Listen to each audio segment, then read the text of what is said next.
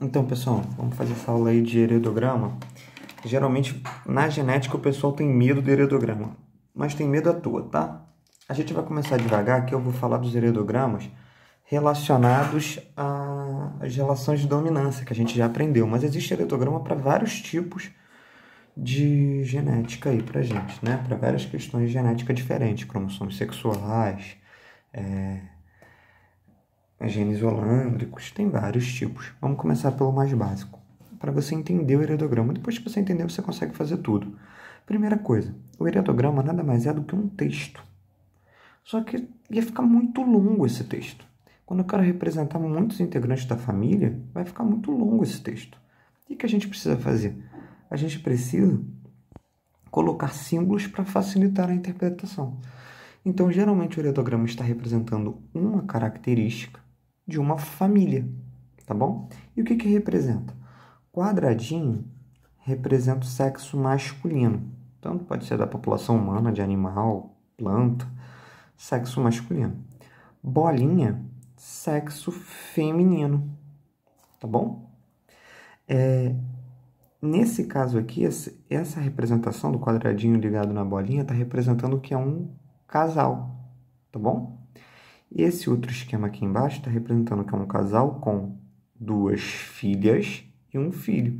Então, esses três aqui, essa maneira aqui de representar, está representando que são todos irmãos, beleza? Esse irmão se casou com uma pessoa de fora da família, tá? E teve um filho, tranquilo? Essas são as principais maneiras de se representar o heredograma. Tem outros símbolozinhos, outras simbologismos que aparecem menos. Quando aparecer nas questões a gente vai falar, tá? Outra coisa importante, geralmente, porque a questão é que precisa te dizer. Quando ela não diz, é o que está valendo. Geralmente os que estão pintados, às vezes rasurados, né? Bota uma rasura dentro, são aqueles que têm a presença da característica, tá bom? Eles têm a característica. Quem não está pintado, quem não está rasurado é que não tem. Então, quando ele te dá um problema como esse, a gente tem um passo a passo para tentar resolver. Então, vamos lá devagar.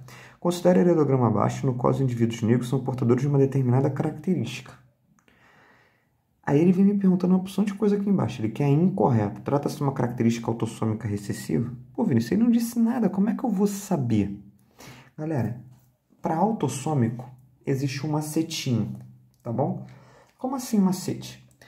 Sempre que você tiver pais que não têm a característica e um filho ou filha, que é o caso que eu estou representando, que tem a característica, isso sempre vai ser recessiva. Tá bom? Não me interessa se eu tenho outro filho que tem, uma outra filha que tenha característica ou que não tenha, não me interessa. Se eu achar isso aqui, ó, pais que não têm a característica, com filho que tem, ela vai sempre ser recessiva, sempre. Por quê? Porque essa menina aqui, no caso, ela vai ter que ser o azinho. O pai, para não ter a característica, tem que ser azão. A mãe, para não ter a característica, tem que ser azão. Só que para ela poder ser azinho, ela tem que ter recebido um azinho do pai e um azinho da mãe, tá bom? Se fosse uma característica dominante, ia ser impossível. Por quê? Porque se essa característica aqui fosse dominante, essa menina ia ter que ter o azão. E os pais, como não têm a característica, iam ser azinho os dois. Como é que a menina ia ter o azão e os pais iam ser azinho? Impossível. Então, toda vez que aparecesse aqui, ó, pais que não têm a característica, com filho ou filha, um deles que tenha, é uma característica recessiva, tá? E se aparecer o contrário, ó, pais que têm a característica e um filho ou filha, que estou representando o filho, que não tem, ela é dominante. Então, se os pais têm a característica e o filho não tem, ela é dominante. É uma característica dominante. Pelos mesmos motivos do anterior. Tá bom? Como assim, Vinícius? Ó, para esse garoto aqui não ter a característica, né? Se é uma característica dominante, ele tem que ser azinho. Para ele não ter, já que ela é dominante. O pai vai ter que ser azão, azinho. A mãe azão, azinho, para cada um poder doar um azinho para cá. Tá bom? Ah, Vinícius, se fosse o contrário, se fosse recessiva, ia ser impossível, porque se fosse recessiva, os pais iam ter que ser azinho, azinho, concorda? E o filho ia ter que ser azão. Pô, não tem como, de quem ele ia receber esse azão? Mesma coisa do de cima. Então, toda vez que os pais forem normais, tiver um filho ou uma filha que tenha característica, os pais não têm a característica, o filho ou a filha tem, opa, recessiva. Os pais têm a característica e o filho não tem, ou a filha, não interessa, dominante, tá bom? E aí, depois que eu descobri isso, eu tenho que olhar aqui para o meu heredograma. O meu heredograma me traz alguma coisa desse tipo? Me traz em 2 casamentos. Galera, no casamento de 1 com 2, eu tenho, que são pais que não têm a característica, eu tenho filho com a característica recessiva. Ou os pais, ou aqui de baixo, 5 com 6, não tem a característica, mas tem um filho com a característica recessiva. Qualquer um desses 2 casamentos poderia me dar essa informação. Então, eu já sei que ela é uma característica recessiva. Se eu já sei que ela é uma característica recessiva, eu sei que se ele for azão, azão, ele vai ter que ser, ele não tem a característica. Não tem a característica. Se ele for azão, azinho, não tem a anomalia, porque o azão é que manda. Se ele for azinho, azinho, aí sim, tem a anomalia.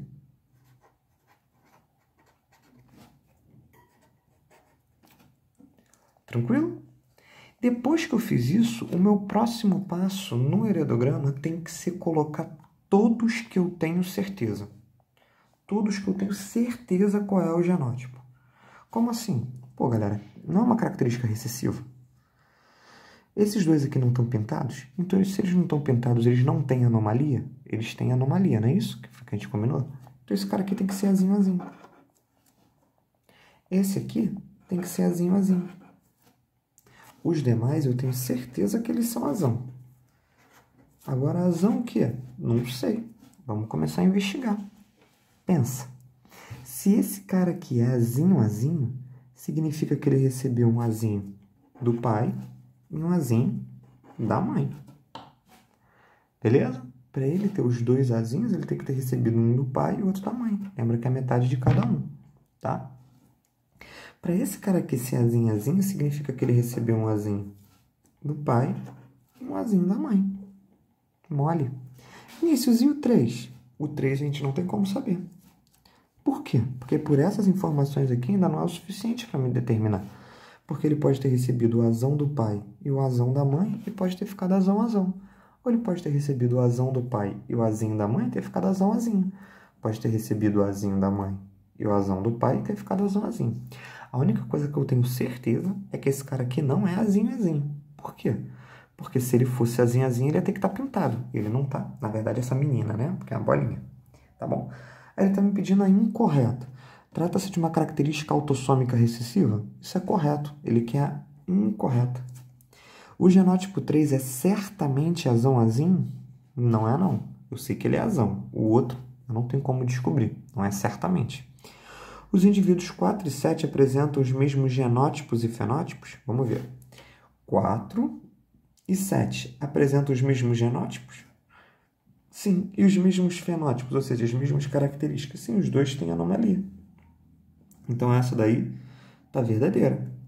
E, por último, os indivíduos 1, 2 e 6 têm o mesmo genótipo. 1, 2 e 6 têm o mesmo genótipo? Tem. Então, a única que é falsa é a letra B. O genótipo 3 é certamente azão, azinho? Certamente não. Ele pode ser azão, azão ou azão, azinho. Continue comigo, porque agora a gente vai ver como é que funciona os genes letais, tá bom? Vamos de gene letal, galera. Olha só, é muito interessante isso daí e molinho pra gente. Isso foi uma questão antiga da UERJ, tá? Em um determinado camundongo, a pelagem branca é condicionada pela presença do gene azão. Opa! Então, aqui de novo. Azão, azão. E letal em homozigose. Ou seja, branco seria azão. Mas se o cara for homozigoto azão é letal para ele. Ou seja, não nasce, morreu, letal. Seu alelo recessivo azinho condiciona a cor preta. Então, quer dizer que se o cara for azinho, é branco. Se o cara for azinho, é preto. Se o cara for azão, opa, nem nasceu, morreu, tá bom? Para os filhotes vivos do cruzamento de casal heterozigoto, para os filhotes vivos, isso é importante, de um casal heterozigoto, esperam-se as seguintes proporções de camundongo de pelagem branca e preta. Vamos lá. Branca. Ele pediu um cruzamento heterozigoto, não é isso? Heterozigoto. Esse com esse, azão. Esse com esse, azãozinho. Esse com esse, azãozinho. Esse com esse, azinho. Até aí foi? Beleza. Agora vamos para a proporção comigo. Ele quer saber, esperam-se as seguintes proporções de pelagem branca e preta. Para ser branca tem que ser azinho, não é? Não é isso? Pensa, quantos são azinhos brancos? Uma, brancos. Uma em 3. Vinícius, você é maluco. Em 4. Não. Em 3, porque o azão tá morto. Ele quer saber dos filhotes vivos. Se o filhote está vivo, eu tenho certeza que azão ele não pode ser. Essa é a única grande pegadinha da jogada, tá bom? Branco, ele necessariamente ele tem que ser azãozinho. Ele tem que ser o azinho. Perdão, azãozinho. Então, voltando ao branco, ele só pode ser duas. Ó. Esse é branco, esse é branco. Confundi aí. Esse é branco, esse é branco. Então, eu tenho 2 em 3. Vinícius, por que não é em 4? Porque ele pediu dos filhotes vivos. E esse cara aqui, azão, ele está morto. Dos filhotes vivos, eu tenho certeza que azão ele não é. Porque se fosse azão, ele está morto. Então, o branco só pode ser 2 em 3. Tá bom? E preto. Preto, ele está dizendo que é o azinho, não é isso? Preto é o azinho. 1 em 3. Tranquilo? Por quê? Porque azão, o cara tá morto. Então, isso eu tenho certeza que ele não é. Tá bom? Então, vão ser 2/3 e 1/3, porque ele pediu dos filhotes vivos. Gabarito letra C. Continue comigo que a gente vai falar de ausência, de dominância incompleta na próxima questãozinha aqui embaixo. Ó. Vou ajeitar aqui. Voltando, a gente vai estar falando agora de dominância incompleta, tá? Não confunde dominância incompleta com codominância. É até parecido, para a gente não vai fazer muita diferença nos problemas. Mas às vezes a questão te pede a diferença, a UERJ pediu há pouco tempo. Então, codominância é quando os dois genes se expressam na característica, tá bom? Então, exemplo de codominância. Vacas, existem as vacas lá brancas, as vacas pretas, né? E aí teve um cruzamento, nasceu a vaca malhada, pelo branco e pelo preto. Os dois genes se expressaram, tanto do pelo branco quanto do pelo preto, beleza? Os dois genes se expressaram. Então a gente chama isso de codominância. Dominância incompleta, tá? É quando os genes não conseguem se expressar direito. Então, eles vão fazer um fenótipo numa característica diferente. É o caso dessa questão, tá? Nessa questão aqui, não vou ter os dois genes sendo expressos. Eu vou ter uma mistura dos dois genes. Isso é a dominância incompleta. Então, na codominância, os dois genes se expressam. Vaca branca, vaca preta. Teve cruzamento lá, né? Da vaca com touro lá.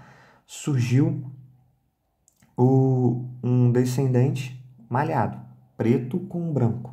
Isso é uma codominância. O fenótipo branco se expressou, o fenótipo preto se expressou. Dominância incompleta, esses fenótipos não se expressam, vão gerar um novo fenótipo. É o que vai acontecer aqui, ó.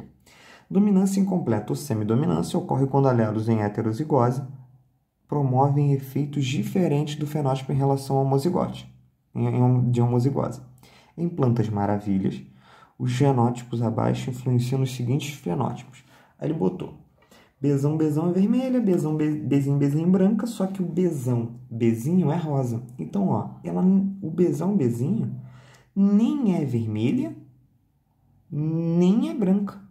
Ela é rosa, ela surgiu um fenótipo diferente. Surgiu um fenótipo diferente, codominância. Tá bom?